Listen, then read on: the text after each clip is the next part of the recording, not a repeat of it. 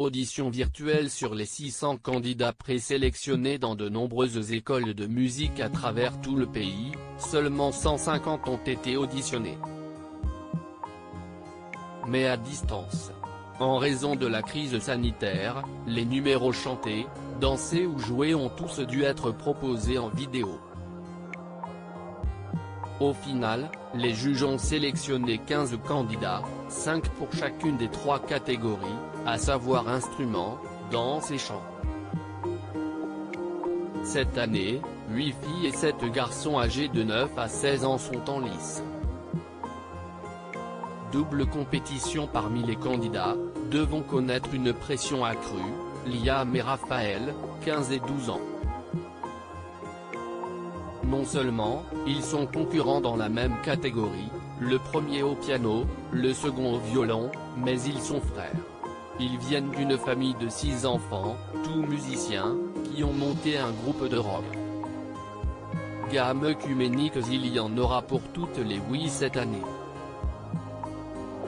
À côté des incontournables Bizet, Mozart ou Beethoven, John Lennon et Leonard Cohen élargiront la gamme. À l'honneur également, 2 compositeurs de films. Ennio Morricone pour un morceau d'Il était une fois dans l'Ouest chanté par Isabelle, 16 ans, et John Williams, pour un extrait de Maman, j'ai raté l'avion, dansé par Juliette, 12 ans. Contraintes sanitaires, les enregistrements ont eu lieu cet été au Dôme de Marseille. Outre les strictes règles sanitaires, gel, masque, test PCR, prise de température, distanciation, appliquée aux candidats, au public ainsi qu'aux 350 techniciens, la scène du Dôme a été exploitée au maximum. Il fallait, en effet, respecter les 4 mètres carrés de surface individuelle pour chacun des 60 musiciens de l'orchestre.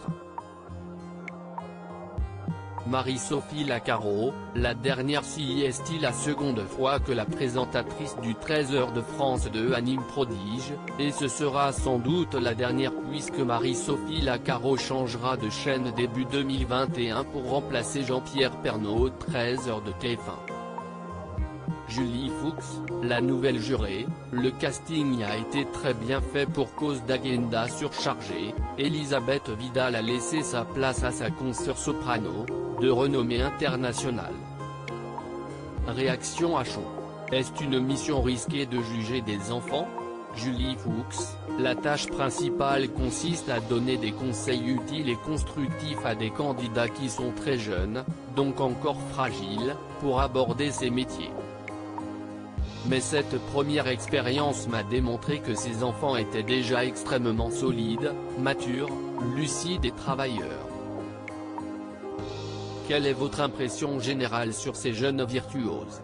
Certes, il y a des talents qui sont des évidences mais une règle domine, ce petit truc qui fait la différence vient souvent de ceux qui ne font pas forcément l'unanimité.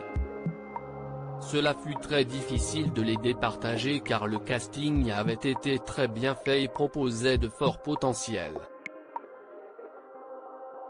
Personne ne vous a oublié chantant l'Ave Maria aux funérailles de Johnny Hallyday. 3 ans plus tard, quel souvenir en gardez-vous?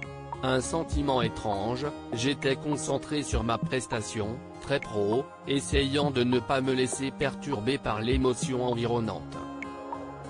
Après coup, j'ai réalisé à quel point la musique de Schubert associée à cette communion populaire avait créé un moment poignant et magique à la fois.